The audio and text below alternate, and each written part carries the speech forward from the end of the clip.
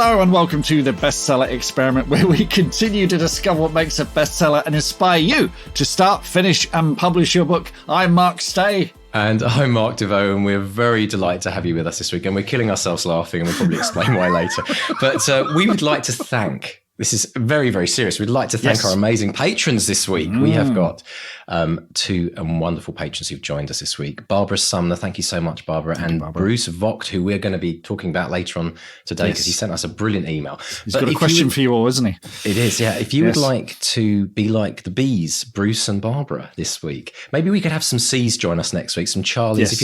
If your name's Charlie, Caroline, Claire, Camille, it's your turn to be the patrons next week. So to do that, folks, you have to go along to bestsellerexperiment.com/support. Sign up for a pittance, less than a Starbucks a month, and you will get access to amazing content, which will keep you warm through those cold winter's nights. Or if you're in Australia or New Zealand or anywhere down there, you lucky folks, you can listen to it on the beach with your headphones as the waves wash over you. So there you go, folks.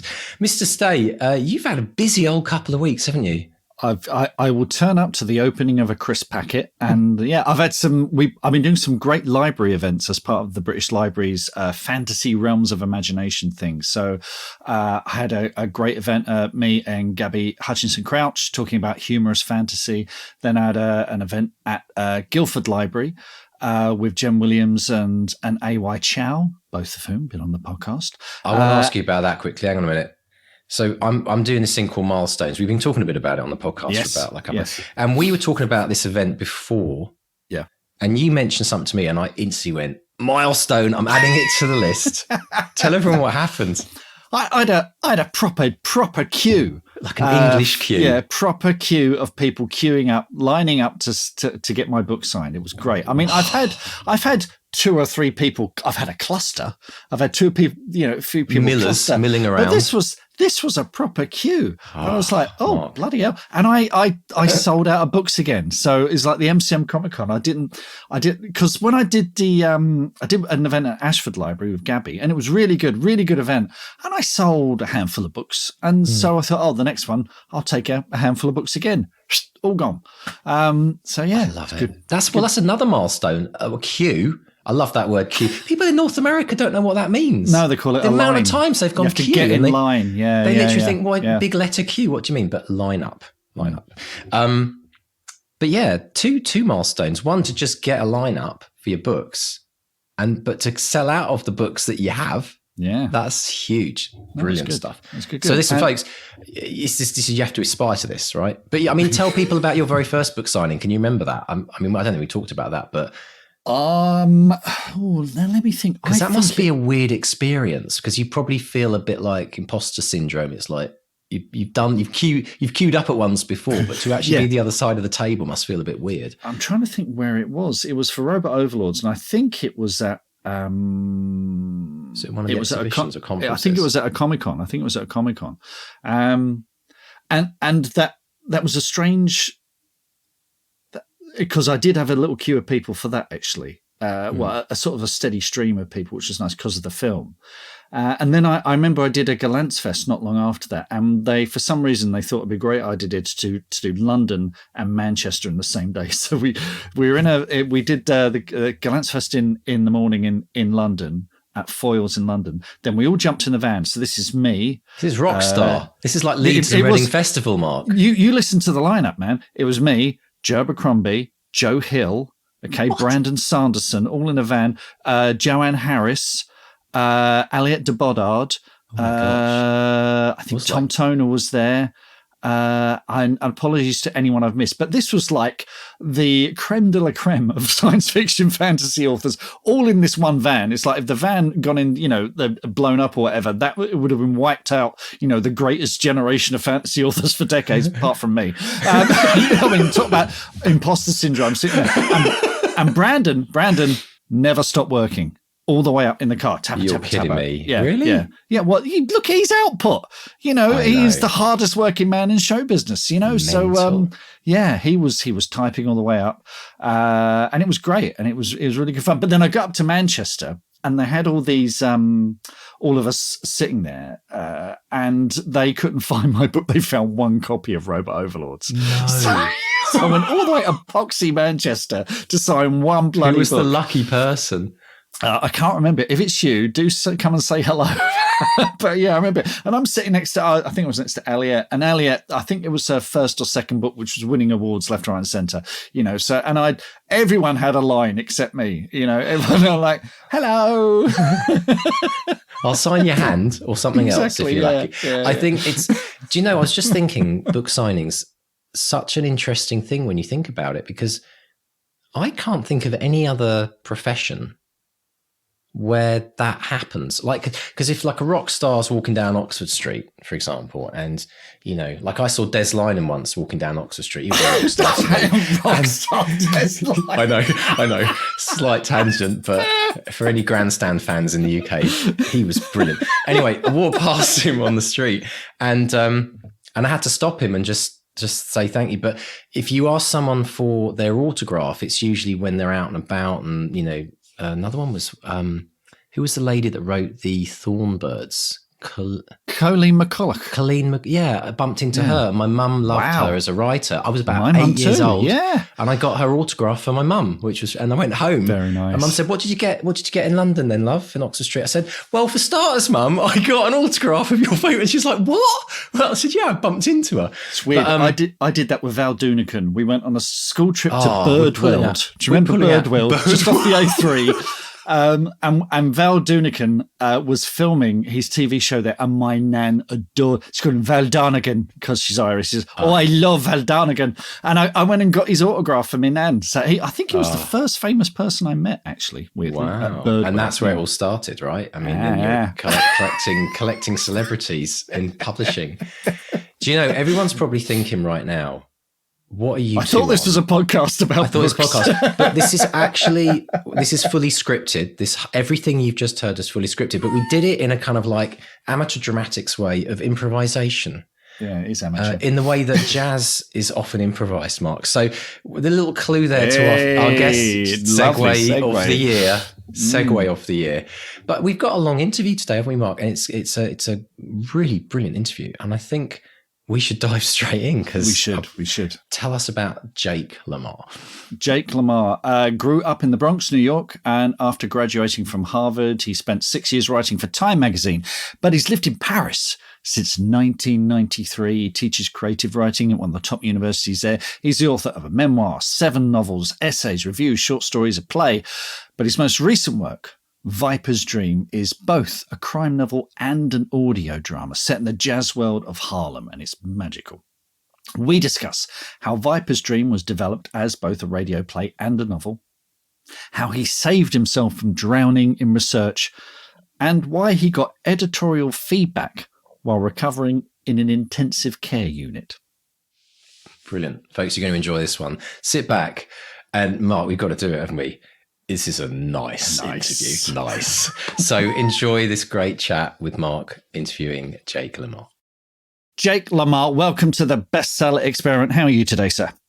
Very well. Thank you, Mark. Thanks for having me on, Mark. Our absolute pleasure, and a real joy because the Viper's Dream is out now both in Europe, the UK, and in the United States. And it's a world of jazz, and it's a world of crime, and it's a world of it's just fascinating to me. It's brilliant. So tell us about Viper's Dream, and in particular Clyde the Viper Morton. Yeah, well, actually there were sort of three reasons why I wanted to write this book. First is my lifelong love of jazz. I grew up with the music. No one in my entire family, no one in my extended family was a musician, but everybody loved music. I mean, so the record player was on, the radio was on. I was born in 1961, so the first 10 years of my life coincided with one of the most exciting decades for popular music in the 20th century. And jazz, always stood out for me. Different from pop music. My mother was really into Count Basie and Duke Ellington. I had an uncle who had a great jazz collection, and he introduced me to Miles Davis, Thelonious Monk, Charlie Parker. When I first started taking my writing seriously at college, I would listen to jazz when I wrote. And all through my writing life, I've always had music on to kind of get me into that trance you need to be in when you write. So I think it was kind of inevitable that someday I would write about jazz. This is my 8th book, so it took me a while to get around to it. And I kind of needed to find a way in. And that leads to the second influence, motivation, spark, and that's a book which is tragically out of print. It was called the Three Wishes, and there was a woman who really existed, the Baroness Pannonica de Koningswater, Pannonica Rothschild de Koningswater. She was known as the Jazz Baroness. She was a European, a Rothschild heiress. Was a resistance fighter during World War II, and in the 1950s, as she said, she was living the dreary life of a diplomat's wife when one day she heard "Round Midnight" by Thelonious Monk, and this was an epiphany for her. She thought, I must meet this composer. She wound up meeting Monk, I think in Paris was the first time, and then followed him to New York to meet that world of jazz musicians from the 1950s, the heart of the bebop era. She got to know all of these famous musicians. She was incredibly rich, so she was, taking out suites in luxury hotels in New York. And one night in March of 1955, Charlie Parker dropped dead in her suite at the Stanhope Hotel. Mm-hmm. So she was no longer welcome at New York hotels. But she loved musicians and all-night jam sessions. So she bought this Bauhaus-style house in Weehawken, New Jersey, directly across the river from Manhattan. And this became a kind of hangout for these jazz musicians. It was known as the Cat House, which was a double entendre because the men in the jazz world were known as cats. So it was a hangout for the two-legged black cats of the jazz world, but also for 100 furry felines. Nika, as she was known to her friends, was a real cat lady, and there were 100 cats roaming around this place.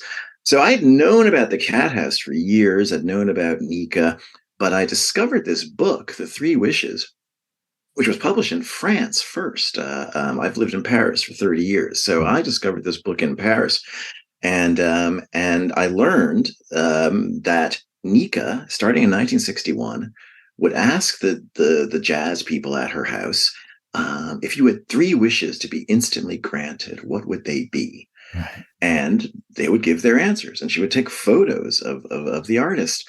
So here was a book, a compilation published long after her death, of these jazz musicians, pictures of them, their answer to the question. The book came out in English a couple of years later, and now, as I say, it's out of print, sadly. But that book sort of gave me a way in. I thought, oh, here's a way to write about jazz. I was looking for a way in. And finally, there was the third factor involved in the origins of this book. And that was my discovery of a writer named Chester Himes. I mean, I discovered him only when I came to Paris. Chester Himes was a great African-American author who is still under-recognized in America. He was born in 1909. His first book, published in 1945, is called If He Hollers, Let Him Go. And he published a series of novels that were labeled protest fiction, politically engaged novels about race in America. But then at the suggestion of his French translator, who was also an editor of the first great crime imprint in France, the Série Noire, published by Gallimard, Marcel Duhamel suggested to Himes that he write a crime novel because he felt his style fit perfectly with the genre. So Himes embarked on a series of 9 novels set in Harlem, known as the Harlem Cycle, And these novels, they're just fantastic. Published between the late 50s and the late 60s. Um, they're set in Harlem with two black police detectives as the protagonists, two detectives nicknamed Grave Digger Jones and Coffin Ed Johnson. And the books are hilarious. I mean, Cotton Comes to Harlem is the best known, A Rage in Harlem. They're funny, they're wild. Himes depicts Harlem as this violent phantasmagoria, and Gravedigger and Coffin Ed, in order to protect the decent, hardworking people of the community, have to be the baddest of the bad. They go up against an amazing universe of sick criminals and hoodlums and hustlers and all manner of evil person. And Digger and Coffin Ed have to be badder than all these bad people they're protecting the normal folk from. So, Love of Jazz, the Baroness's book. I was reading all these Himes novels, and I thought, let me try my hand at a real hard-boiled crime novel, in the tradition of Chester Himes, Dashiell Hammett, Raymond Chandler, set in the jazz world of Harlem. So that's how this all began. Fantastic. Lots to unpack there. Clyde the Viper Morton. He's a character, as you say, like Chester Himes' detectives. He's got a moral code, but it's sort of, he's got to be better than other people, and that gets him into trouble, doesn't it? And there's a reason that he's called Viper, why he gets the nickname Viper as well, isn't there? Can you tell us about that? Yeah, so Clyde Morton grows up. He's born in Georgia in 1917. His family has to flee Georgia in 1919 when his father is lynched. His father was a blacksmith and was basically lynched because he was good at his job. He was creating competition. All of his clients before World War I were black folk in the county. But then after he returns from France and returns from serving in the war, he starts to attract white clients. The White Blacksmiths Guild doesn't like this competition. They tell him to stop accepting white customers. He doesn't, and he's lynched. So he's basically lynched for being good at his job. The family flees to Alabama. And when young Clyde Morton, he's 2 years old when they have to flee, has no memory of his father, but discovers a trumpet that his father brought back from the war in France. His father didn't play the trumpet. It was kind of a trophy he must have come across somewhere. So Clyde sets about teaching himself to play the trumpet, with the help of his Uncle Wilton, who's a blues man in Alabama. And Uncle Wilton encourages Clyde to go to New York and become the next Louis Armstrong. Clyde arrives in Harlem in 1936. He's 19 years old, and at his first audition learns he has no talent whatsoever. The bass player who auditions him, Porkchop Bradley, tells him, this is the worst thing I ever heard. How did you think you were a musician? So he was completely deluded. So his first dream is shattered. Porkchop, to console him, offers him a joint. And Clyde Morton discovers marijuana for the first time, and takes to it very quickly. And Porkchop informs him that marijuana back then in 1936 was really like this secret thing that was mainly used by Black American jazz musicians. It was not at all a mainstream thing.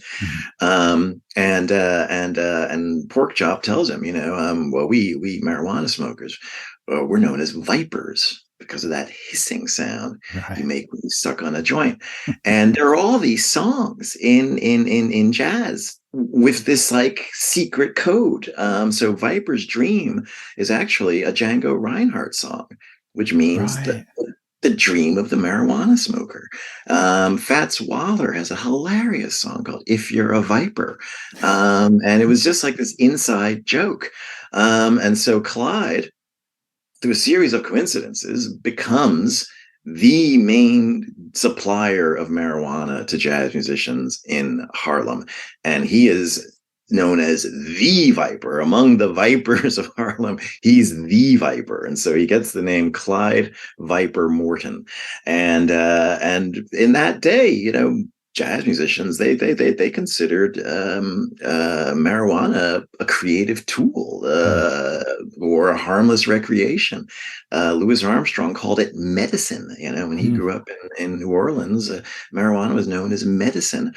But then another drug comes on the jazz scene in the 1940s, and that's heroin. And the bebop revolution, this new style of jazz. This is when jazz makes the transition from music you could dance to music you actually had to listen to. And Charlie Parker, Dizzy Gillespie, these are the early pioneers of this style, bebop.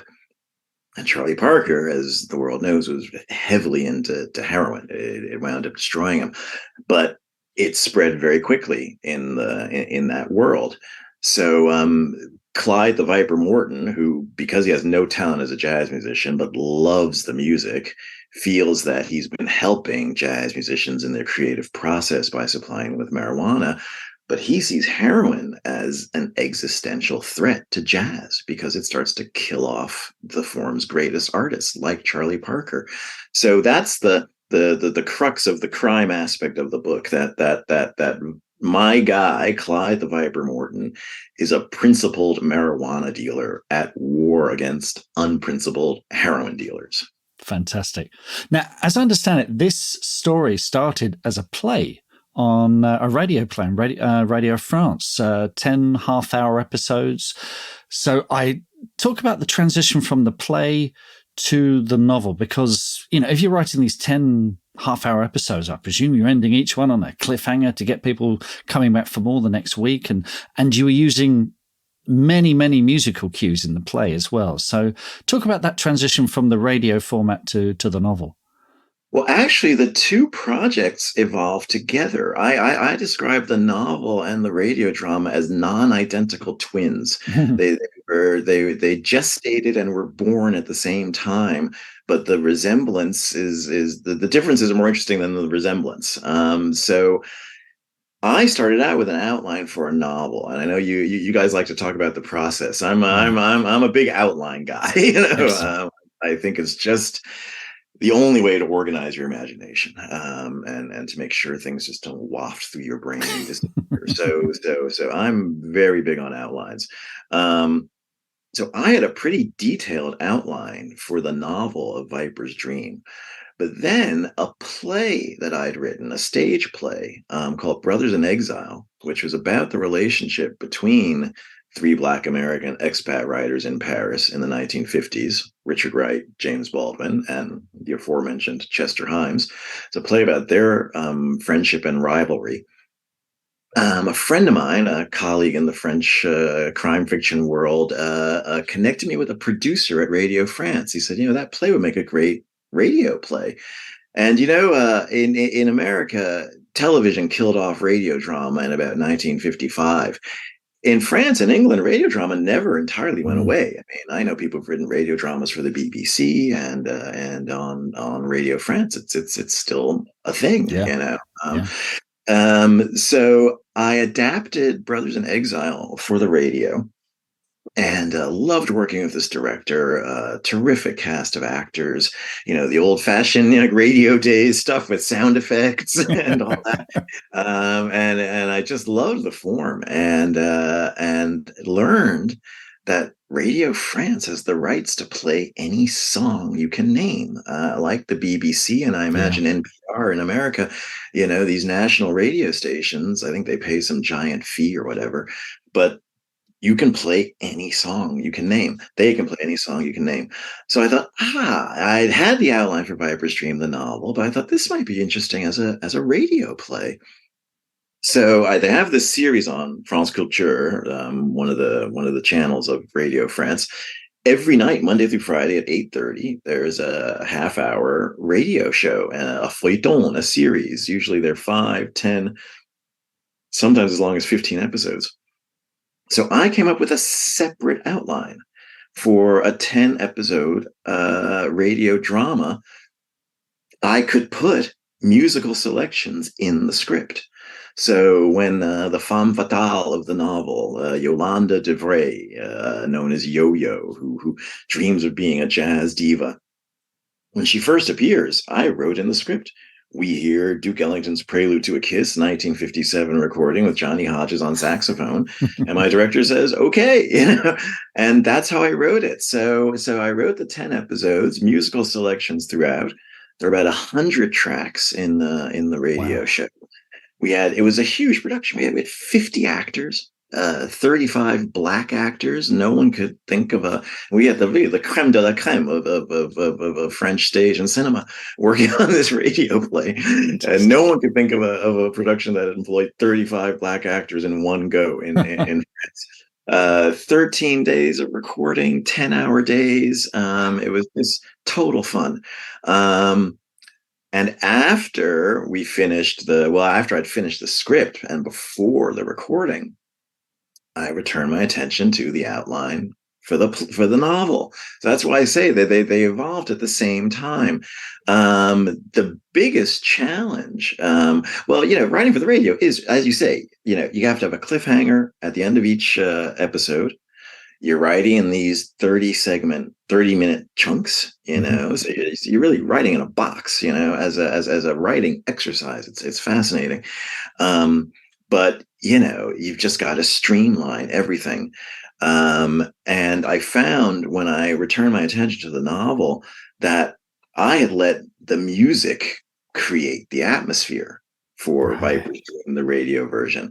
Now, sitting down in front of the page, I had to make you feel and hear and sense Harlem, and so you've got to be Duke Ellington. Really, Duke Ellington. Let Duke Ellington do all the no pressure in the radio version, and then I had to come up with this as the author, and it was the biggest challenge, creating that ambiance. And I've been very happy. The book got terrific reviews. The book came out in France 2 years ago. Came out in the UK back in April. It's just out in the States. We're in September now. I don't know when the show's going to air. It seems like you guys have a backlog.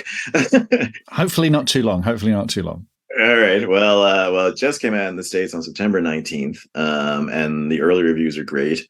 And I've gotten a lot of compliments on the ambiance, the atmosphere, the way that I evoke Harlem. And that is just the greatest compliment for me, because that was the single biggest challenge, moving from the radio to the novel version.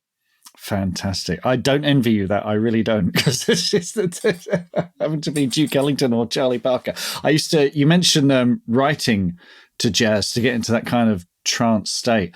I was introduced to, in particular, Charlie Parker when I was a teenager by a friend who was a big jazz fan. And I've tried typing along with Charlie Parker, and it's the fastest I've ever written. My wrists in, frozen peas afterwards. So it's not easy at all. And also, listeners, there's a Spotify playlist of songs featured in the story. So we'll put a link in the show notes. You can check that out and hear some, frankly, just astonishing music. Let's go back, shall we, Jake? Because as I understand it, the first short story that you ever wrote, when I believe you were 12 years old, was as far away from the jazz world as you can get. It was a murder mystery set on the English moors. Is that correct? Tell us about that. Yes, I didn't quite know what the English moors were, but I was reading a lot of Agatha Christie and Arthur Conan Doyle. Yeah. So I grew up in the Bronx, down the street from Yankee Stadium, the great cathedral of baseball. We was a modest family, and I got to go to this very progressive elite school on half scholarship, a place called Fieldston, where I got a fantastic education. And when I was 12 years old, our teacher assigned us, had us try our hand at writing a short story. And so, based on my reading of Christie and Conan Doyle, I, black kid growing up in the Bronx, wrote this murder mystery set in a mansion with an inspector from Scotland Yard showing up to investigate a series of murders. And of course, the butler did it. And the teacher loved the story, read the story aloud to the class. And I saw the reaction. People gasped, people laughed, people were totally caught up in the spell of the story. And from that moment on, I wanted to be a writer. Fantastic. Now, you studied at Harvard. And then you wrote for Time magazine for a few years, I believe. So tell us about that period. Yeah. So I got into Harvard. Knew in my heart I wanted to be a writer. Had taken creative writing courses at Fieldston. I took a couple creative writing courses when I was still in high school. Got to Harvard and just was scared about how do you become a writer? How is this even possible? But I was working on my writing all the time, even as I was trying to tell myself I should go to law school. I took creative writing classes 4 out of 8 semesters. I wrote movie reviews for the Harvard Crimson, the student daily paper. I was in a major history and literature where I was cranking out papers all the time. So I was working on my writing all the time. And then, by sheer luck of a connection, one of my professors knew a writer at Time magazine, and they just gave me a shot. Put me on a 6-month trial. I mean, I was paid, but that's how they would try writers out. They'd bring you on for 6 months and see if you could write in the famous Time style. Now, back in those days, Time magazine had a system that they started back in the 1920s where you had reporters all over the world, but writers in New York. So if you were a writer in the New York office, you would get reportage from wherever, the Middle East, Central America, Washington, D.C., and it was your job to tell the news in this sort of snappy style developed by Henry Luce back in the 20s and 30s. So I kind of saw it as a word game, I really, I really enjoyed the line by line aspect of the job. I spent most of my years in the nation section, so all things pertaining to the United States. Started out writing a lot about crime stories, really, mass murders and robberies and such, and then graduated to politics.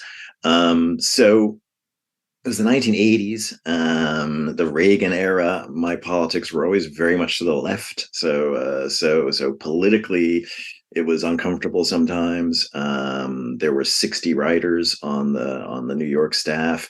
It was a very white male environment. There were never more than 3 black writers during the 6 years I was there. I was often the only black writer on staff. So in some ways it was awkward, but I did well. I wrote cover stories, and I was the single best thing about Time magazine was having a weekly deadline. If you couldn't make your deadline, you weren't gonna survive at Time magazine. It was a weekly magazine. But I knew I didn't want to spend my career at Time magazine. I really saw it as a kind of apprenticeship, because I knew I wanted to write books. I knew I wanted to be a creative writer. But after 3 years there, you get caught up in your day-to-day life, and I realized finally I had to do something to focus on my own writing. And I know, again, I know you guys love to talk about the process. I do too, and everybody's different, but what worked for me, the only thing that worked for me, I needed long, empty hours where I wasn't doing anything but focusing on my writing, what I wanted to get down on the page or the screen. And so my work week was basically Tuesday to Saturday. And I decided, okay, Sunday I'll rest. And Monday, I'm going to lock myself in my apartment in Manhattan, and I'm just going to write whatever comes into my mind. And so I tell people who are interested in writing, find a time, maybe it's Saturday afternoons. Maybe it's one day in the week when you first wake up, or one night during the week when you're about to go to bed. But find 2, 3, 4 hours where you're only focused on writing. You're not answering the phone. You're not checking your email. You're not updating your social media. You're just trying to get what's in your head on the page or the screen. Do that for a year and see how you feel. Right. You might find you don't like writing. It's absolutely solitary. It can be very tedious if you're trying to do it well. But you might find you're sitting with some interesting material. And that was the case for me. After a year, I find I was constantly writing about my father. We were estranged at the time, But he was just this wild, larger than life figure, a guy who'd grown up poor in Georgia, moved to New York, did well for himself, had dreams of becoming a billionaire in the construction business in New York, got mixed up with some shady people, lost everything, and then disappeared from New York. Anyway, I wound up tracking him down and writing this story. Which was basically it's a memoir. There's nothing invented in that book. It is an absolute true to life story of my relationship with my father, and through our story, I tell the story of the evolution of racial politics from the 1930s to the 1980s. Now, back in those days, you could not get published in America without having an agent. Because I was at Time Magazine, it was easy for me to get an agent. So I went and met with an agent. We were both in our 20s at the time. She's still my agent since 1988. Now she's a big shot at CAA, but at the time she was an independent operator in Greenwich Village. We met, we clicked. I wrote a proposal for this memoir, got a deal with an imprint of Simon & Schuster that no longer exists. Back in those days, also, writers got decent advances, which isn't always the case anymore. So as soon as I did the deal, quit my job at Time Magazine at the age of 28 and embarked on this crazy life as an independent writer. Fantastic. I love it. You mentioned there the Time Magazine style, which you said was very short and punchy and line by line. And Chester Himes writes short, terse sentences, action, that those two influences, did that really inform your style from then on, or did it evolve over time? Well, the Time Magazine wasn't so much short and punchy as there was a kind of weird grandiloquence in the Time style. Back in the 1920s or 1930s, some writer in the New Yorker, I think it was Alexander Walcott, wrote a parody of Time style, and he said, backward ran the sentences until reeled the mind. And so when they wanted to train you at Time, I spent my first 6 months, that trial period, mainly writing milestones, which was not exclusively obituaries. It was sort of like anything that happened to a famous person. So deaths, marriages, divorces, births of children. If it happened to a famous person, it wound up in milestones. So the milestone style, you'd say, died in Geneva, Switzerland, dashing, debonair, British Oscar-winning actor known for his wit and elegance, David Niven. I mean, that, and I did write David Niven's obituary, but that was the style, yeah. And somewhere in there, at age 80 or whatever, you would. It was this weird inverted style, and Milestones was known for that. Once you graduated to other types of writing, whether it's politics or not, you had a little more freedom in how you could write.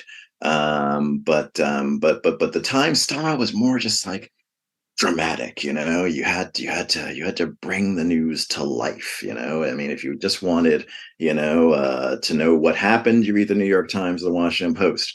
Time, it was a weekly magazine, and every article had to kind of have kind of a drum roll. You had to, as we say, you had to make it sing. You had to make it sing. Right. You might be writing about the most boring piece of legislation going through Congress. You had to make it sing. So that's different from the lean, mean style of a Dashiell Hammett or a Chester Himes. Gotcha. I saw that you talked about your play earlier, Brothers in Exile, about James Baldwin, Richard Wright, Chester Himes. And I saw an interview at the time where you said you were swimming in an ocean of research and almost drowning.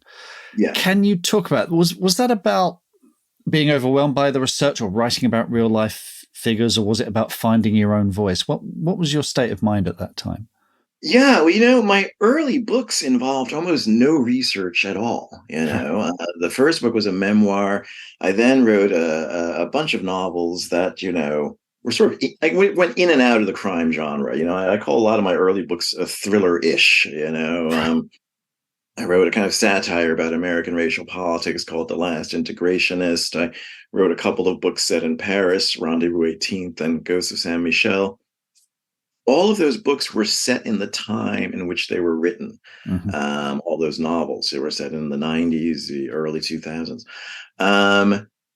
When I turned to Brothers in Exile, that was my first time writing about the distant past, writing about a period before I was born. And Wright, Baldwin, and Himes were all very prolific. And I had this feeling that I had to read everything they'd ever written, everything that had ever been written about them. I wrote the first, say, 12, 15 pages of the play and then applied for a French grant, the Beaumarchais Fellowship, which, funds people working in the dramatic arts, theater, television, radio, cinema, and submitted those first 12, 15 pages, learned that I got the grant. They give a number of them out every year. And there was a reception for the people who'd received the prize that year.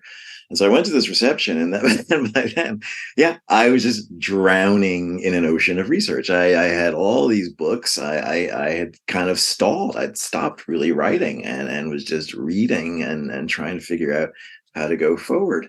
And I was, off in a corner having a glass of champagne with one of the judges, who was an author of historical fiction. And I told him about my dilemma. It's just like, I feel like I have to read all this stuff and I'm not advancing. And he said, Jake, you're not writing a biography. You're not writing a documentary. This is fiction.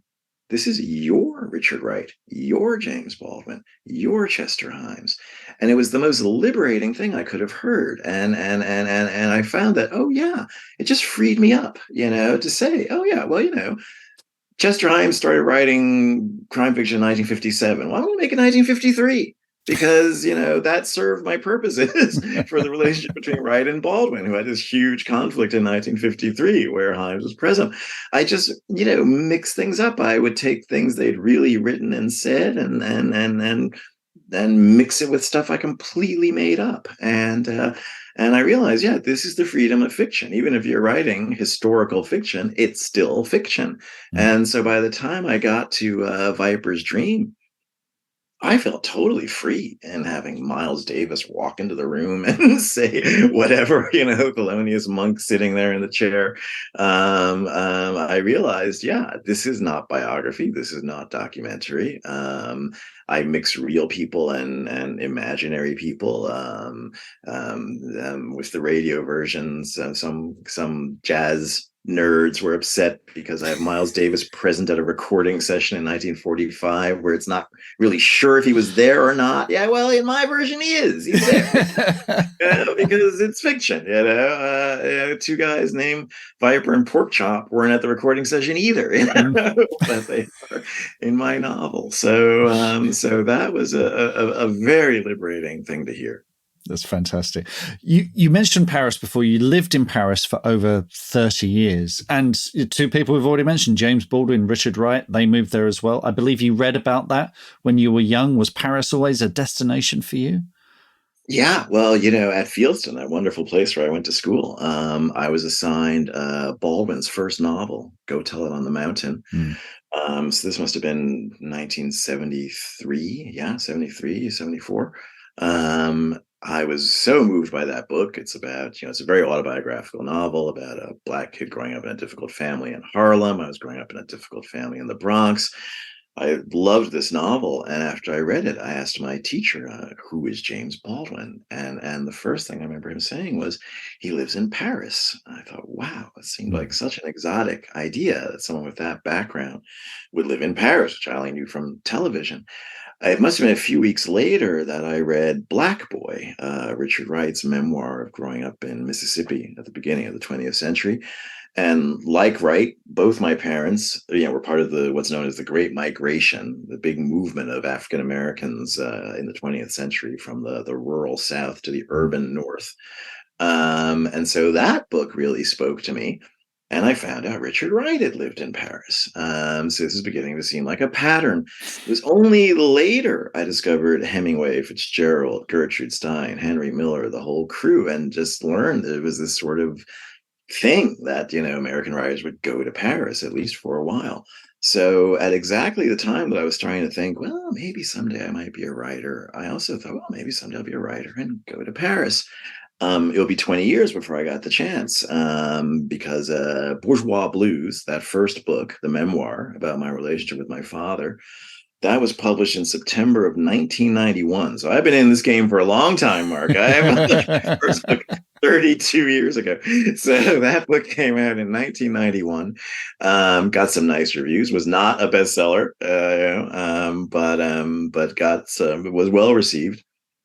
And 6 months after it was published, it won a prize. And this was thanks to the same professor who connected me at Time Magazine years earlier. He nominated me for this prize. You had to be nominated in secret. It was called the Lyndhurst Prize, and just one of these great American things. It was a 3-year grant. And it was enough money to live on. I got a check in 92, a check in 93, and a check in 94.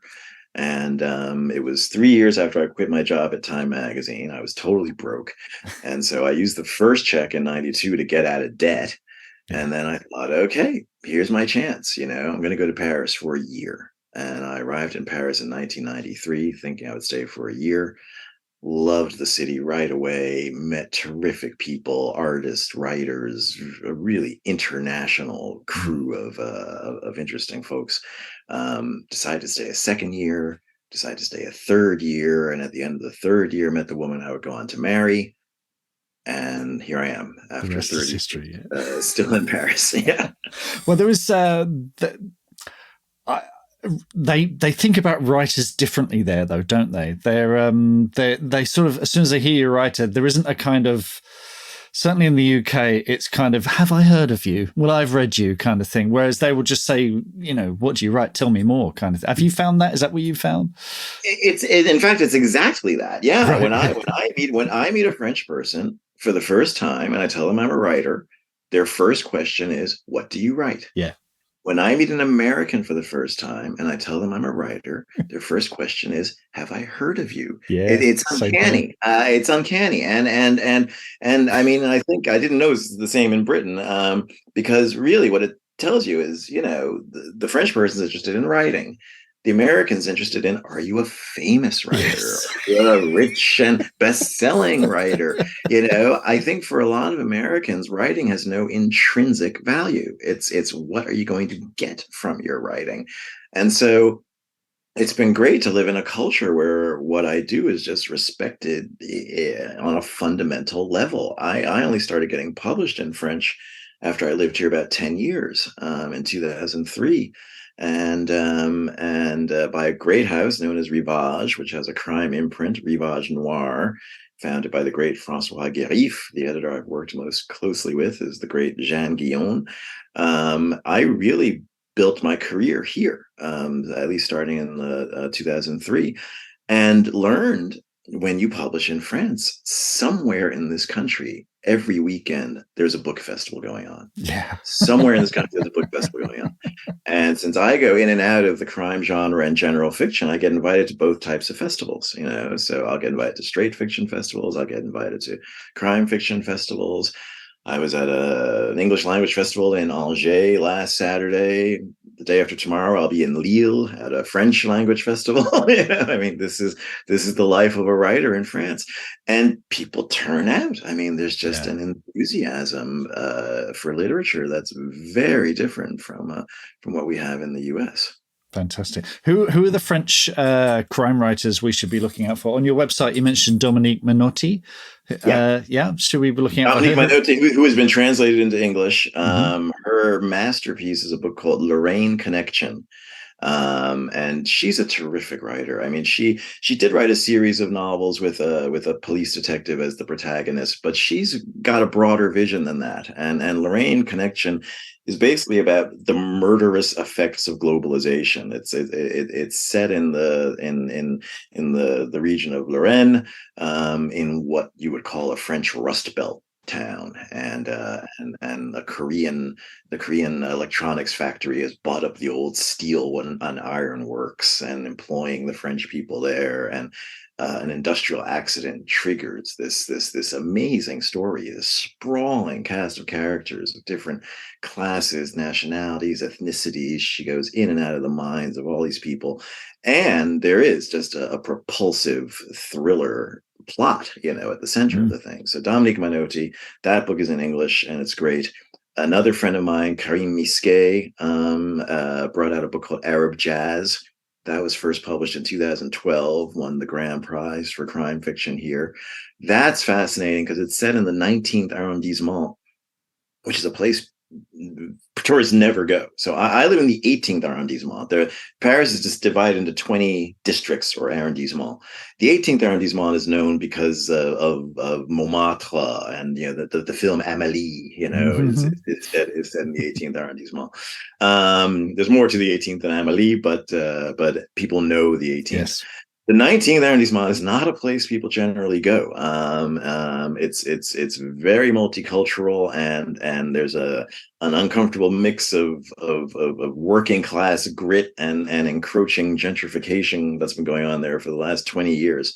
And Karim, who's got a very multicultural background, is as well known as a documentary filmmaker in this country as he is a novelist.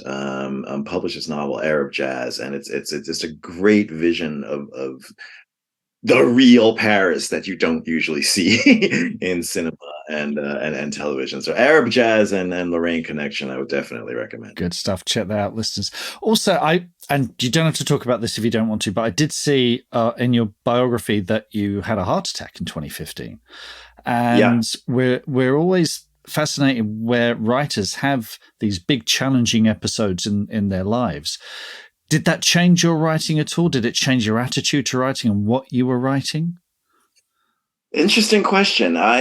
So what happened was, it wasn't technically a heart attack. So usually when you have a heart attack, it's because you have clogged arteries and you were eating too much cholesterol or whatever. I learned at the age of 54 that I was born with a defective aortic valve. Oh. I will spare your listeners all the gory details, but the aortic valve is basically this little gate where blood from the lower chamber of the heart is pumped through this gate into the aorta, which is like a big tree, and the arteries are the branches of that tree. My gate was basically shredded, and so blood was going up into the aorta and then tumbling back down into the chamber. That is a leak. In fact, I had a plumbing problem, so I had a leak in my heart. And in 19th century fiction, there are all these terms for this sort of thing. So like a hole in the heart, Yes. is basically that. A heart murmur, that leak makes a sound, which is actually what a heart murmur is. It's the sound of a leaky valve. I didn't know I had this problem, and I'm happy to talk about it because I wrote a whole article in the Los Angeles Times a year after this crisis, because it was 2 days after my 54th birthday. I was sitting in a chair in my living room. All of a sudden, I was dizzy. I couldn't breathe. My heart was racing. An ambulance showed up. I was raced to the hospital. And in the intensive care unit, they did the echography, the sonogram, and a nurse told me, you've got this aortic valve problem you were probably born with. And I told her, like, how could I not have known? I mean, when I was in high school, I played football, American football. It was very violent. My wife is Swiss. We go hiking in the Swiss Alps every summer. I'm like, how could I not have known? And she said to me, well, with your condition, the first symptom is often sudden death. I said, what's the second symptom? At my Groucho Marx moment. And I think often, now, when you read about a young footballer just dropping dead on the pitch, yeah, I think that's often a valve. I think it's often a valve, and it's categorized as a heart attack because people don't know what else to call it, you Right. know. Right. But actually, it's a leaky valve, and it just either the aorta either ruptures or you're just not getting enough blood pumped into your body. You pass out and die, and I was just incredibly lucky that I called the ambulance when I did, that they arrived when I did. And then I live in France because, after that first night in the hospital, I was begging them to let me go home. I was like, listen, I'll come back for tests. Just don't keep me in the hospital anymore. They're like, Monsieur Lamar, you're not going anywhere. They like kept me, they would have bodily restrained me if I tried to get up from the bed. They kept me in that ICU for 2 weeks and I went through all sorts of tests. Finally, when they identified the problem and problems, because I also had an overgrown aorta and I had a tachycardia, irregular heartbeat, I had all these heart Oh, boy. issues that I had no clue about, before this incident. I was a candidate for experimental surgery. Ordinarily, when you have a problem with the aortic valve, ordinarily the aortic valve is replaced. It's replaced with either a mechanical valve or an animal valve, a pig or a sheep. I have this genius French surgeon who's developed a technique of repairing the aortic valve. And the great thing about that is, basically, I mean, there are some sutures and artificial stuff in there, but I'm basically being healed with my own material, with Wow. my own tissue rather than something artificial or coming from an animal.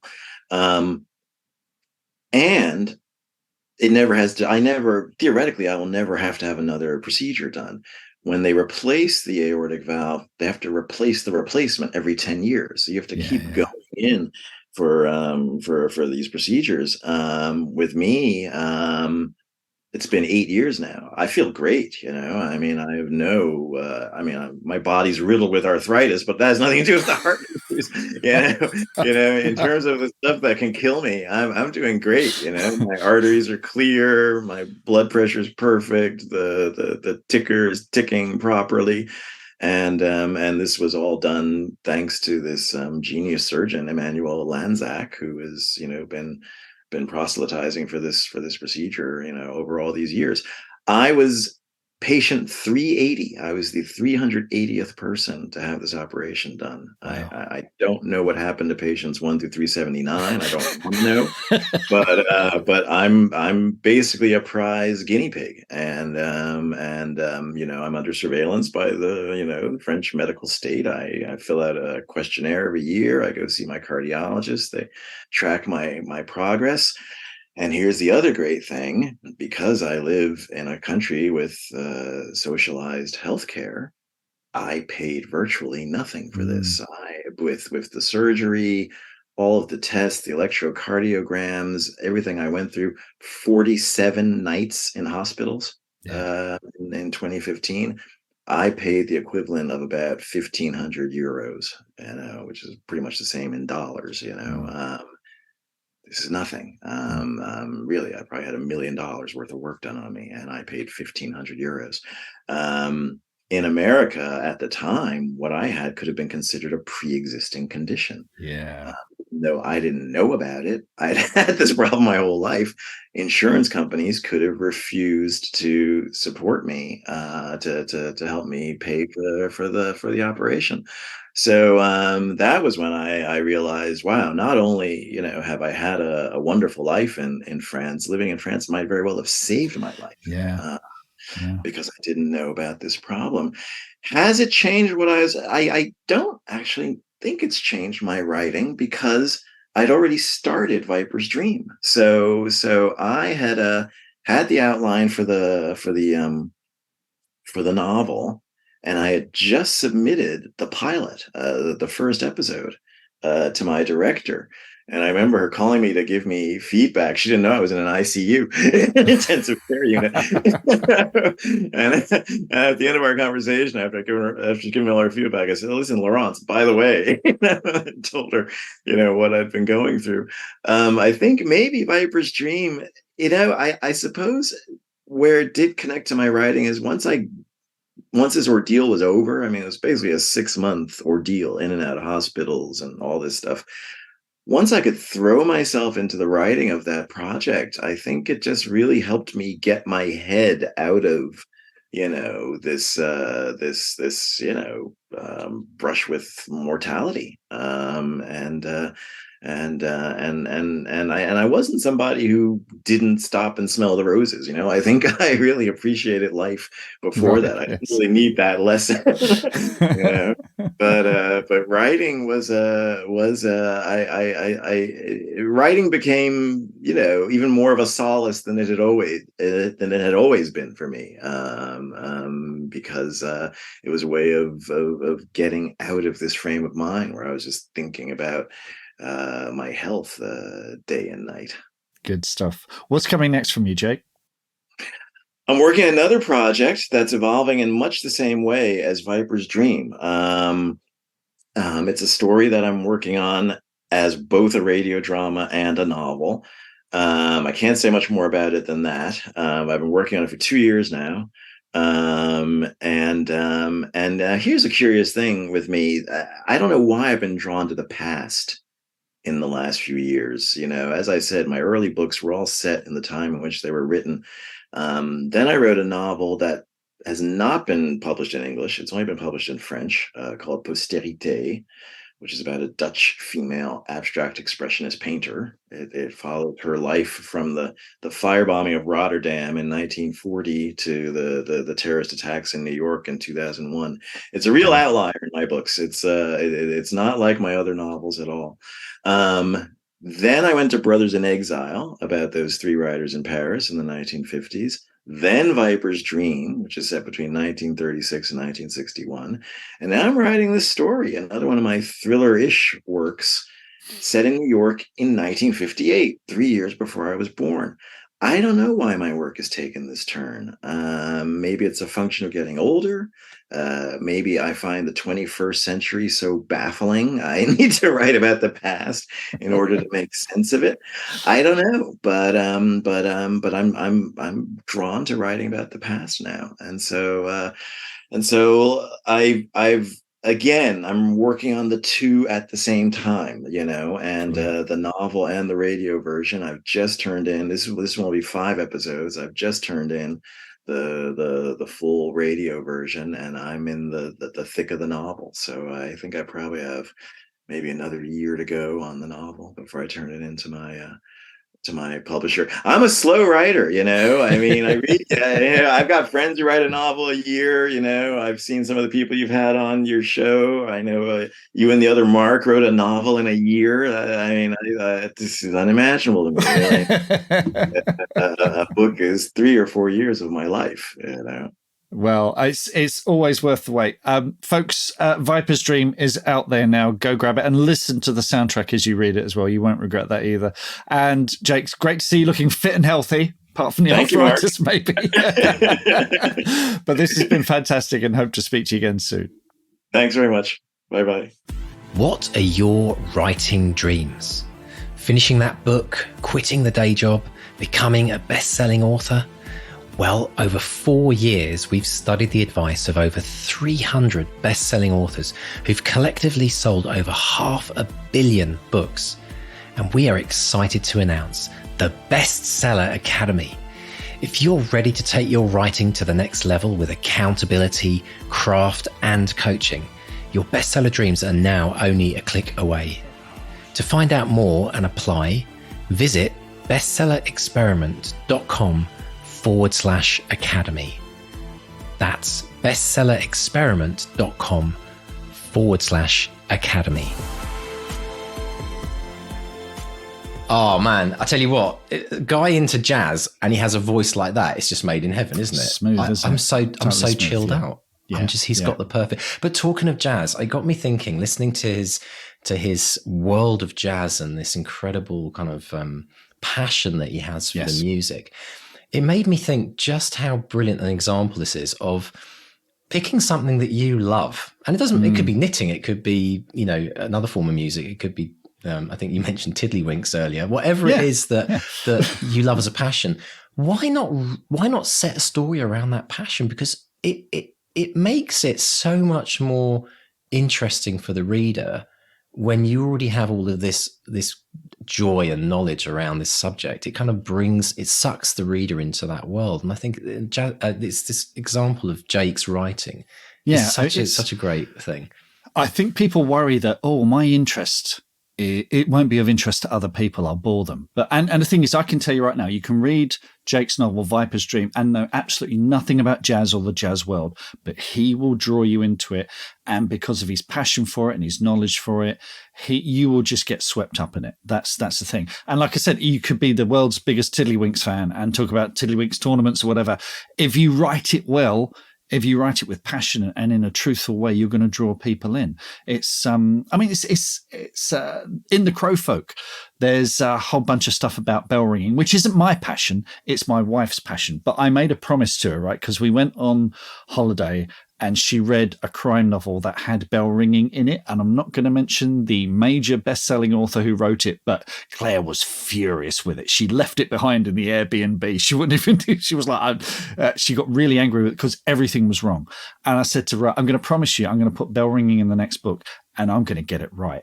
And it's weird because the Crowfolk now turns up in bell ringing groups on Facebook where people are going, look, someone's got it right. Here's the other thing. If you have a passion for something or you write about someone else's passion, that group that are passionate about it are going to suck that book in and talk about it.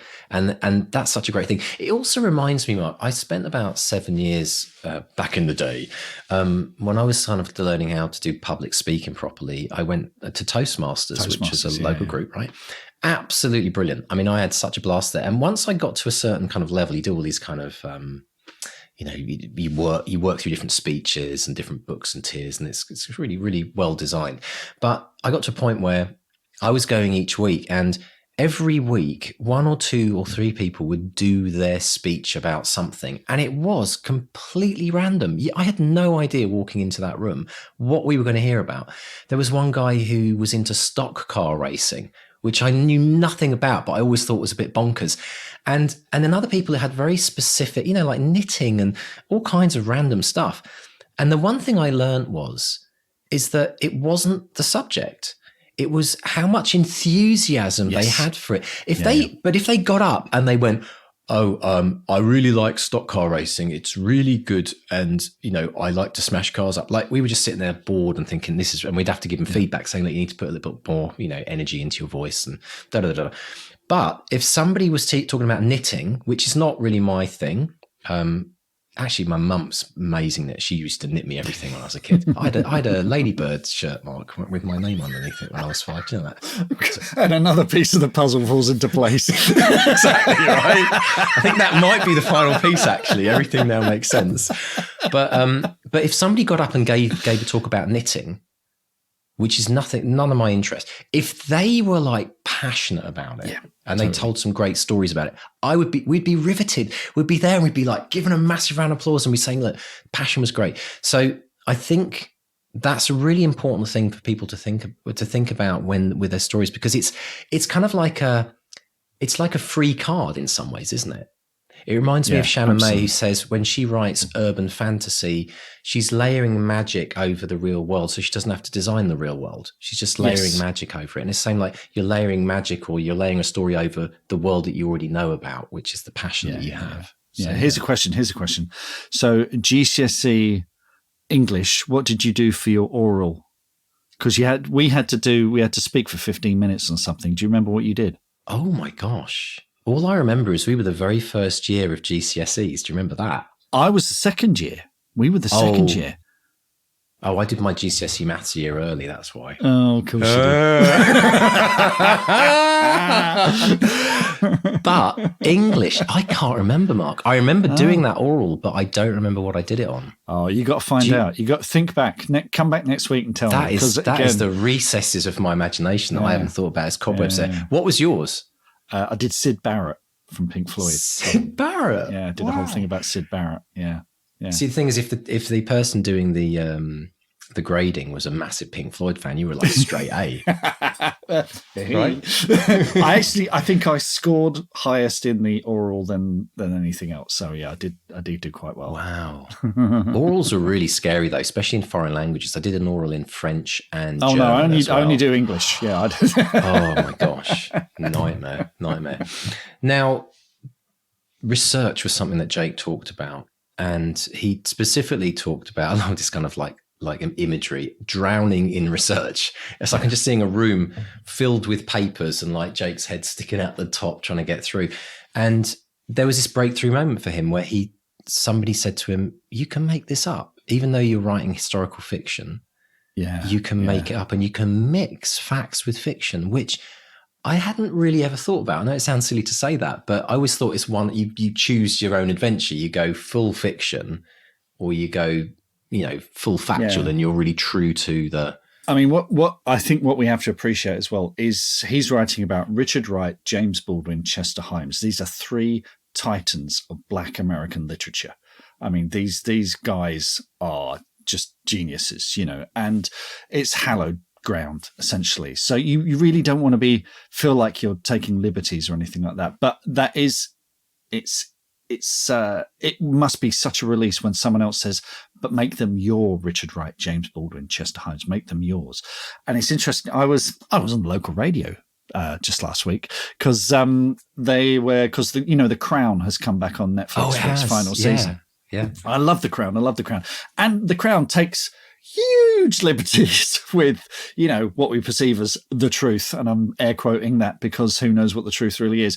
There are scenes in there that are complete invention. And of course, when it's about, set 80 odd years ago with the royal family back then, we all sit there and we stroke our chins and go, oh, I wonder what that was really like. And of course, now they're doing Diana and Charles and Camilla and all this stuff that we think we know about. And, the death of Diana and all that, all everything that came out of that. And of course, because we think it's still fresh in the memory for a lot of people, we kind of think, well, that never happened, and that never happened, and that never happened, which completely misses the point of drama. Drama takes the essence of something. An author needs to make choices about what they're going to leave in, what they're going to take out, that kind of thing. So it's if you're ever doing something set in the real world or based on history, you're not. I mean, if The Crown was going to be realistic, it would be 80 years long with not a single break. I mean, I know I'm being flippant, but that's the truth, And if you want facts, there's Wikipedia right there with, all of that. But even then, you take some of our best historians. So I don't know, Simon Sebag Montefiore, right, who published him at Orion. He's done brilliant history books. Particularly, he did a book on young Stalin, and they are seen as the definitive books about the life of Stalin.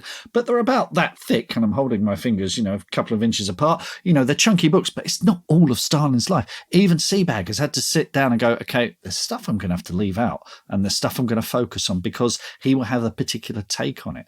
So that's what Jake is doing with Richard Wright, James Baldwin, Chester Himes. He's saying, you're seeing these guys through my prism, through my passion, talked about, that kind of prism, the way that you see the world, So, and it's funny because I'm about to embark on something. I can't talk about it yet, but another writer and we found a true story that we can't believe hasn't been made into a movie. And we're like, oh, this is brilliant. And we've actually tracked the person down. We had to do a bit of detective work and we found them. And we're now in the process of going, look, we want to tell your story, but in the process of telling the story, this is not a documentary. We want to make a feel-good movie out of this. So we're going to have to make changes. And that's going to be a really interesting conversation if they agree to doing it. So yeah, I'm about to embark on something like this. So watch this space. I love it. Now, talking of feel-good movies, there was a movie that Jake mentioned, and as soon as I heard it, I thought, oh, I love that film, and it's got a massive place in my heart. And the film is Amelie. Brilliant. And I've got to say, like we were almost named our daughter after the main character. But the strangest thing happened. It was years ago when that movie came out. For anyone who doesn't know what it is, it's a French movie in French subtitles, and it's probably one of my top 5 movies, but it's definitely my top feel-good movie ever. Mm-hmm. And I remember it was my birthday on a Wednesday around like in October. It was rainy, and I always try and take my birthday off. It's like a thing that and everyone else's birthday in the family is my tradition. And my wife and I were thinking, what should we do? What do we normally not do? And I thought, let's go to the cinema. Just because we'd never do that on a Wednesday afternoon when kids are at school. And so we just went to this local Cambridge Arts Theatre. If you've never been to Cambridge, go to the Arts Theatre. It's absolutely brilliant. It's like one of those perfect like little theatres that does it right and has all these random films that you'd never see in the mainstream cinemas. And we walked in there and there was one film on, it was called Amelie, and we just sat in, we had no idea what it was. But by the end of the movie, we were laughing, we were crying. And it was just one of those magical moments that I always think about, because that movie has such an amazing feel-good factor to it. And I know you've seen it as well, haven't you? I love it. I listening to that, I'm thinking, how long has it been since I've seen it? It's on Disney Plus, and it's on my sort of watch list. So I'm going to actually bump it to the top there and give it another watch. Because it must have been about 20 years. It has to be more than 21 years ago, because easily. My daughter's over that age now. So wow. Yeah, but here's the thing. So the bestseller experiment challenge for everyone listening today, if you haven't seen Amelie, watch it. Treat yourself. And if you have, treat yourself. And if you have seen it and it was a while back, watch it again.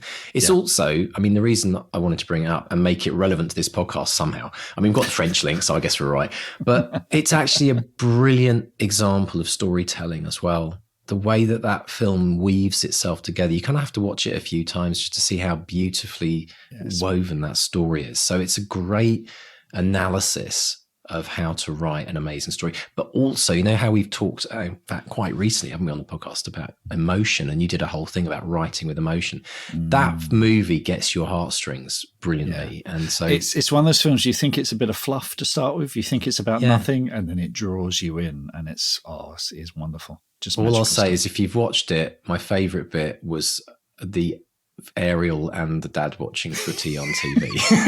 It's brilliant. Absolutely brilliant. But folks, this is, we could go on forever about Amelie, but do watch it. It's a great, great story. But listen, if you'd like to join us in the extended edition of this podcast, we're going to talk about some pretty big, serious stuff. We're going to talk about how a brush with mortality can change your writing forever. We're also going to talk about how different people and countries and cultures perceive authors, and might come up to you and ask you questions about who you are. And Mark's going to dive into endings and cliffhangers as well. So if you'd like to dive deep with us on those topics, just pop along to bestsellerexperiment.com/support and sign up to support this podcast and get all the extra goodies. So welcome, folks, to the extended edition of this podcast. I'm going to dive straight in with this idea of have I heard of you? This was something that Jake talked about, fascinating in many ways. And he's got this experience of living in, as American in France. And he had quite a different experience, didn't he? Yeah. I mean, in the UK and America, it's like, have I heard of you? Are you important, essentially? Are you worth, and it's funny, I had this, I mean, I boasted earlier about having a queue, but one of those people came up before the event, and they just came up to me and they said, and I've had this a couple of times I think I had it at the MCM Comic Con as well, where someone came up to me and said, I'm really sorry, I've not heard of you. And I'm like, that's fine. It's not obligatory, and I think it's that kind of thing, like, if I've not heard of you, you can't be important, It's like, they apologize as well. Or like, there's only 24 novelists in the country, and who are you? You're not on my list, Exactly. So, but yeah, whereas in France, he was saying it's, oh, you're a novelist, great. Well, tell me about your writing.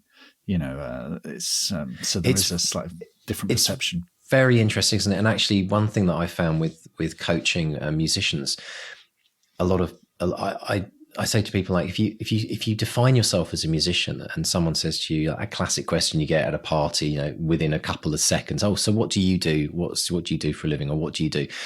And when people say I'm a musician, they then say, then the follow-up question is, oh, what do you play? And then if it's guitar, they'll say, oh, I play guitar, and then they'll be off on one talking about their collection of Fenders, or, how they've just started learning what's that track everyone learns to begin with? The three Smoke chords. on the Water. Smoke on the Water. Yeah, exactly right. So I was thinking of House of the Rising Sun. Actually, that was my first one. But yeah. Choose your own one, right? Right. So, but when the person chooses to own the fact that they're not just a musician, but they actually record music and they put albums out, I said, look, try this. Say to them when they ask you who you are, what you do, say, I'm a recording artist.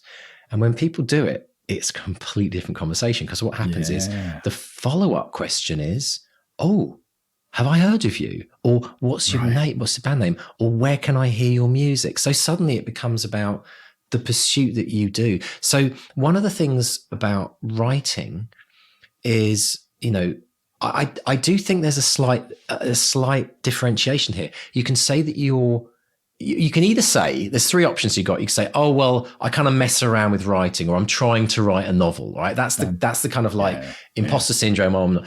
Then there's the Joanna Harris, I'm a writer. Say you're a writer. Yeah, if you're writing, you're a writer, yeah. Next level up, I'm an author.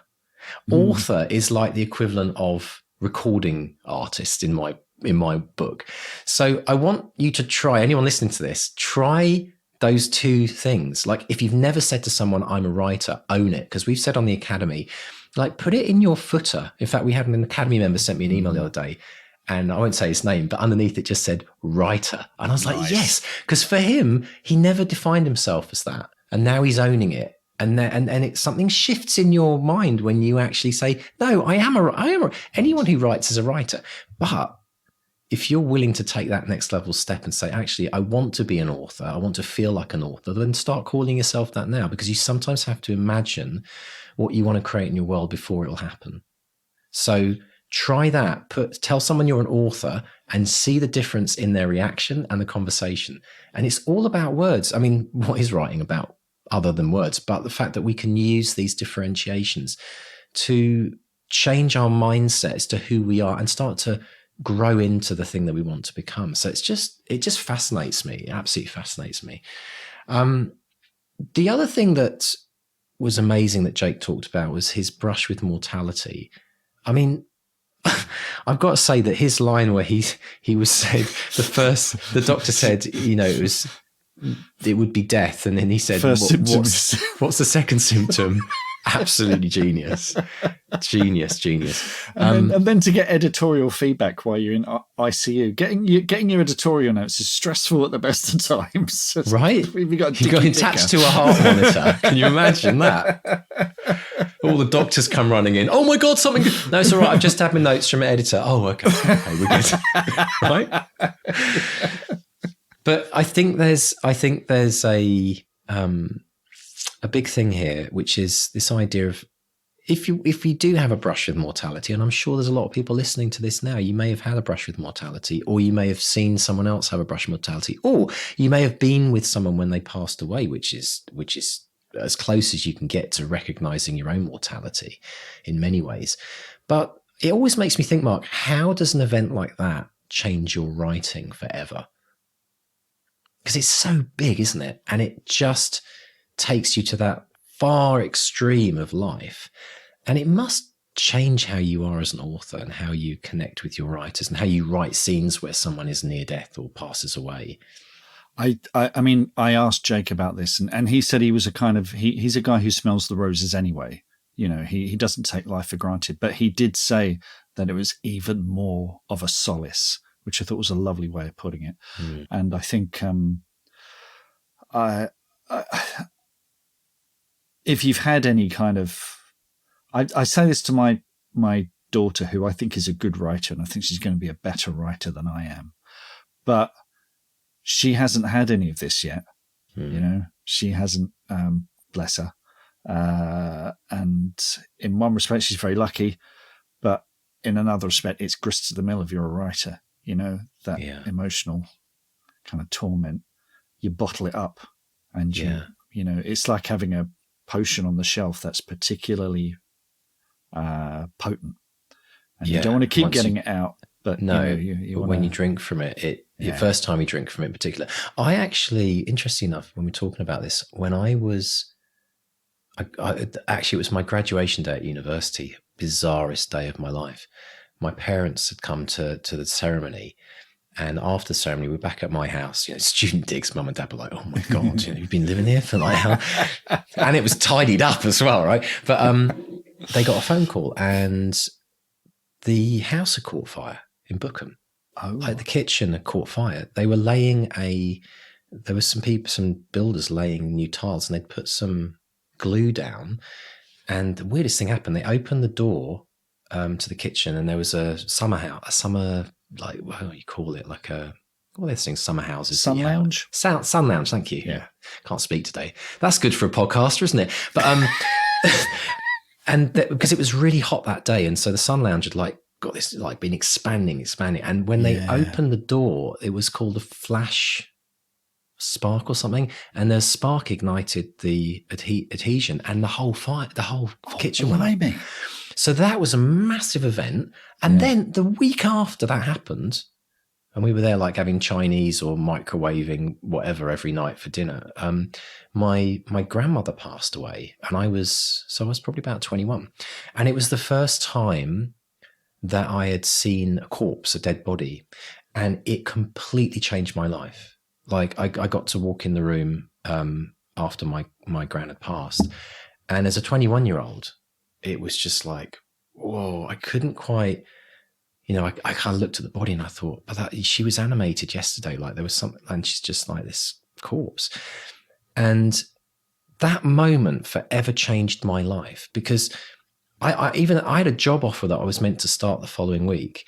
And I rang them up and I said, would you mind if I came in 6 months? Because I just need to do something. And, we've had a passing. And they said, yeah, okay. It was an internet company. It was the internet boom. It was like 1994, 95, where it was all kicking off. Yeah. And I just decided to pack a backpack. And a week later, I was driving in a taxi at midnight in Delhi with not a clue what I was doing, overtaking a guy on an elephant, I kid you not, sitting next to an Iraqi veteran who had taken a whole troop of 200 soldiers through the desert in Iraq during the war, and basically had quit the army after that. And he was doing the same. He just like, I've had enough.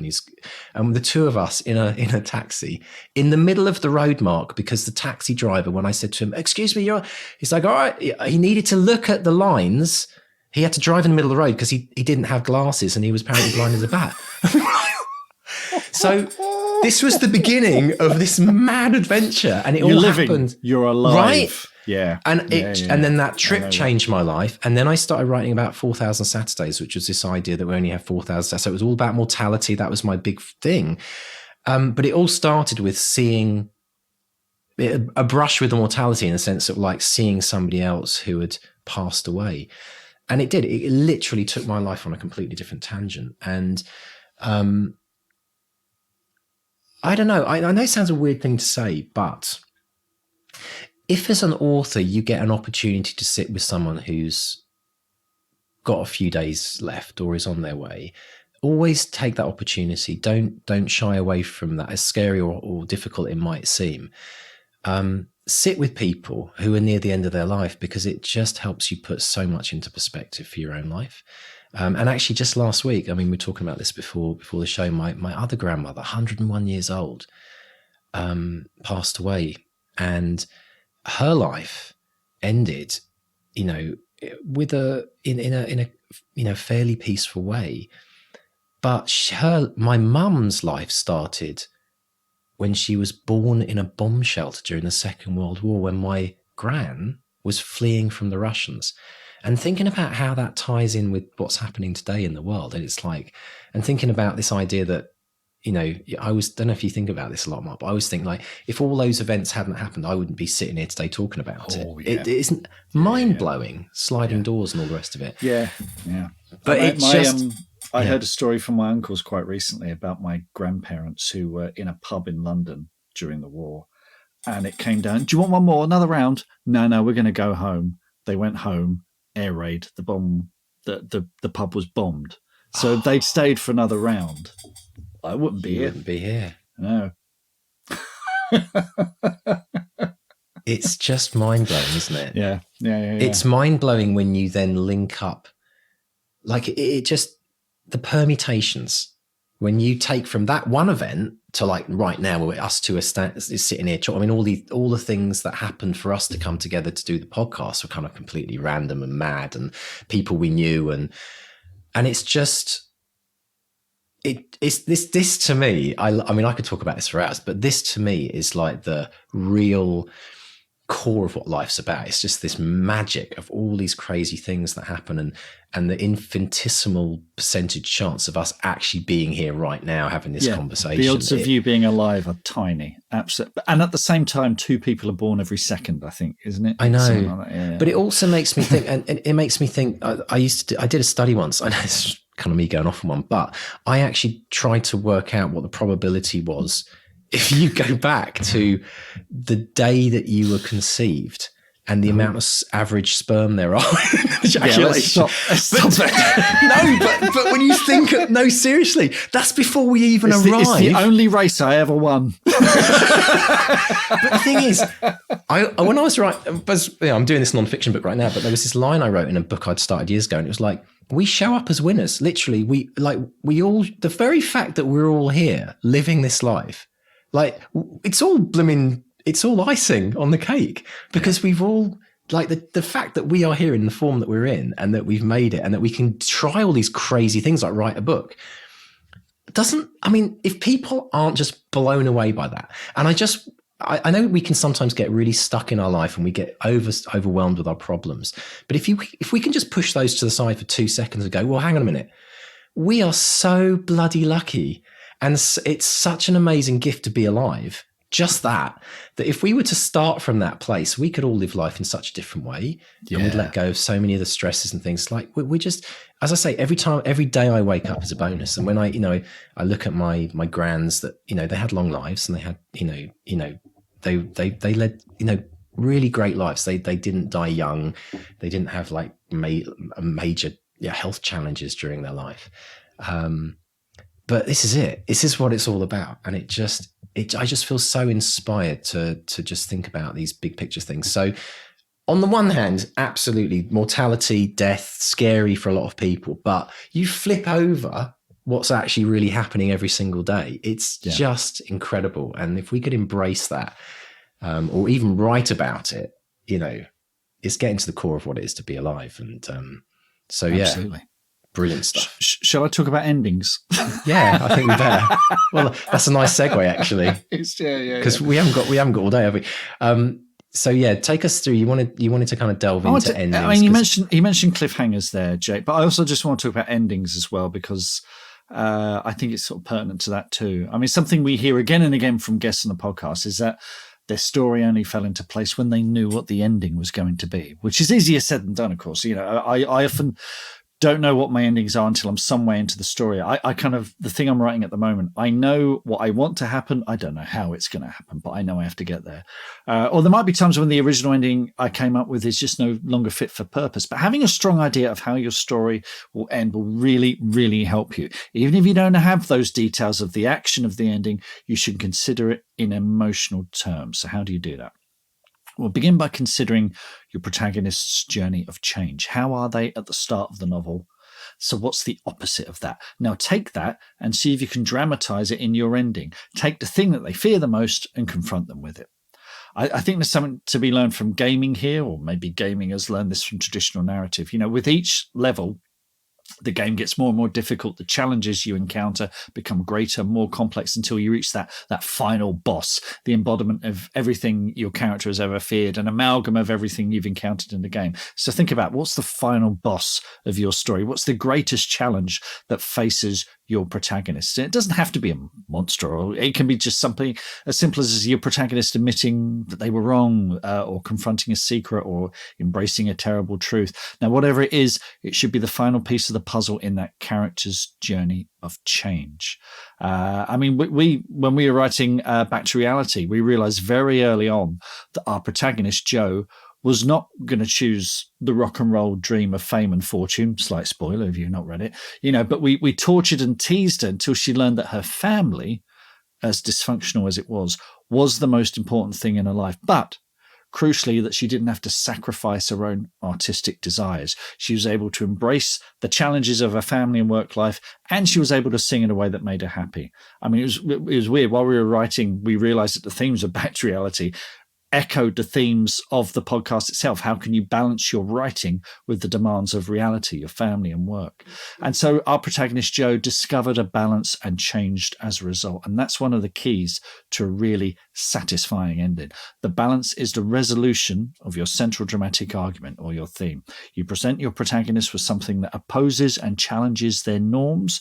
They're challenged by that. They confront it, and they will discover through those challenges some kind of balance that will resolve the story. In short, every story you write, you're basically trying to solve the great mysteries of life. Easy peasy. So in summary, start with your ending.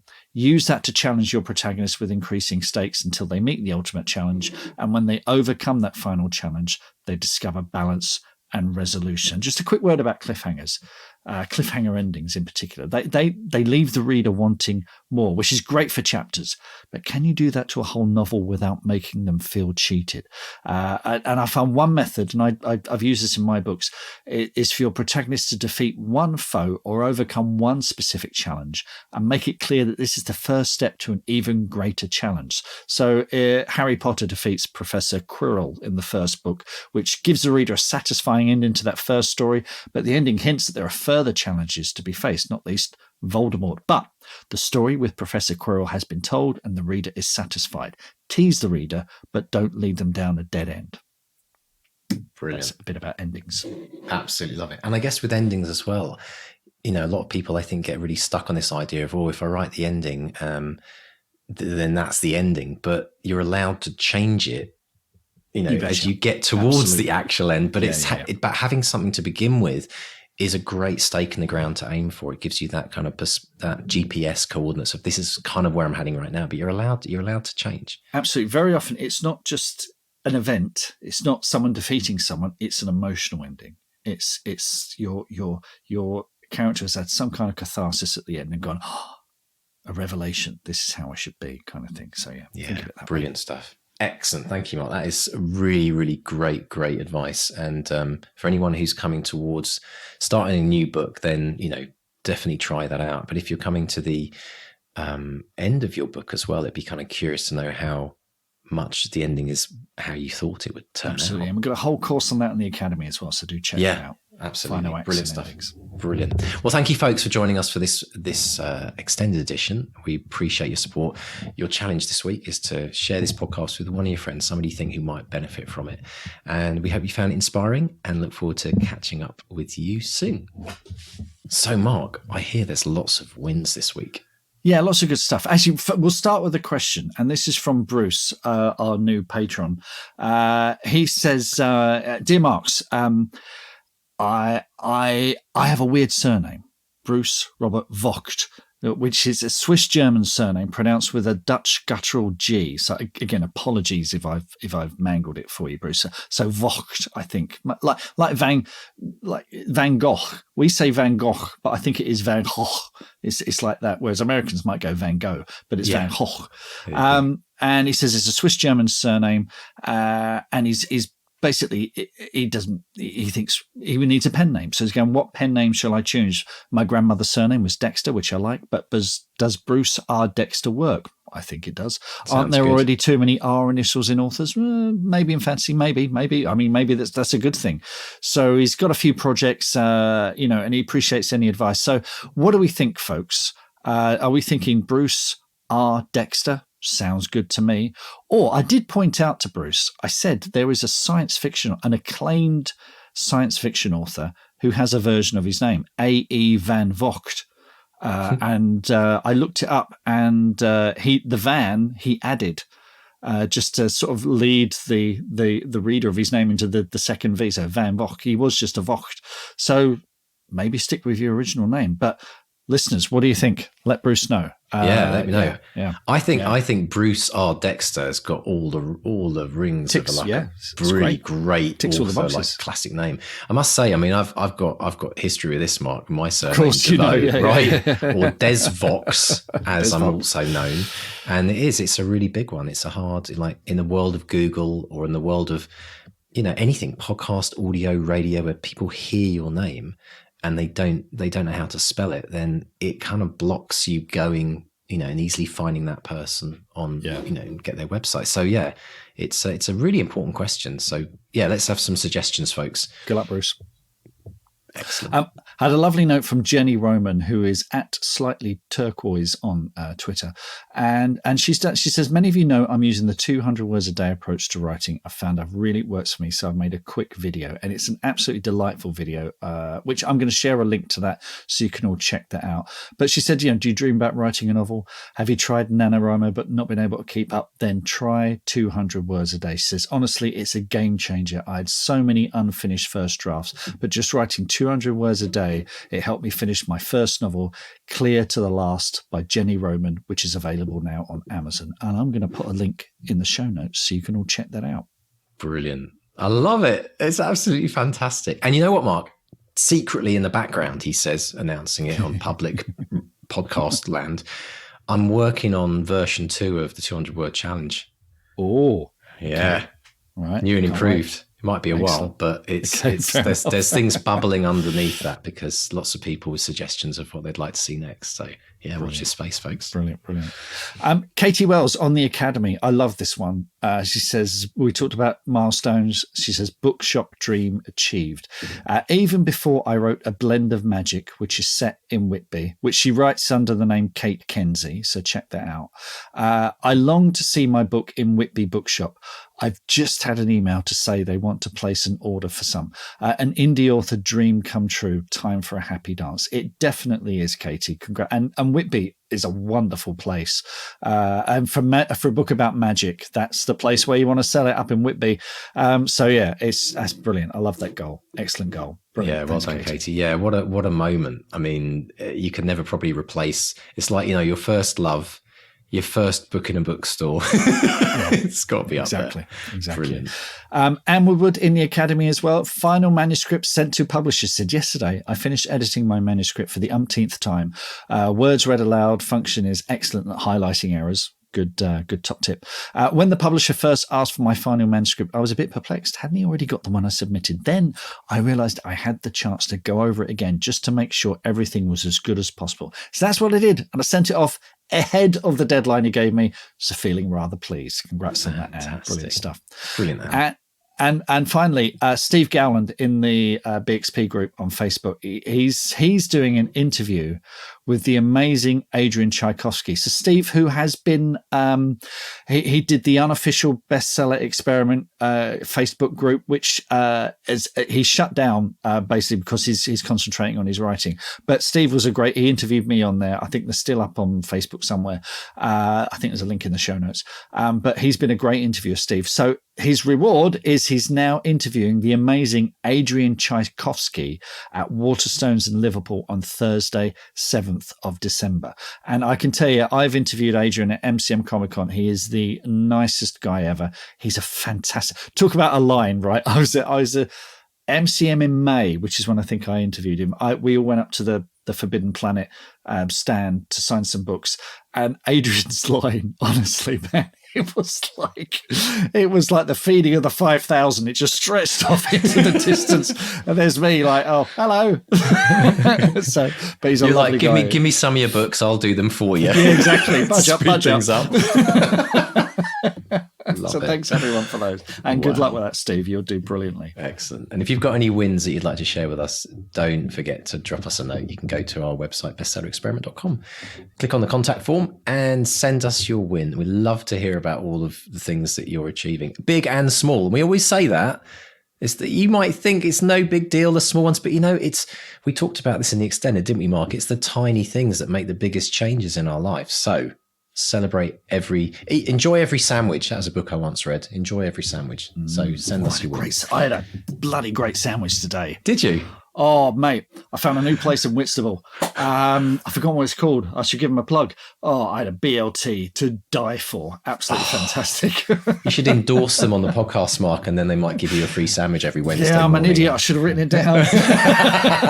It's always next week. Brilliant stuff. Then how can people find us on socials?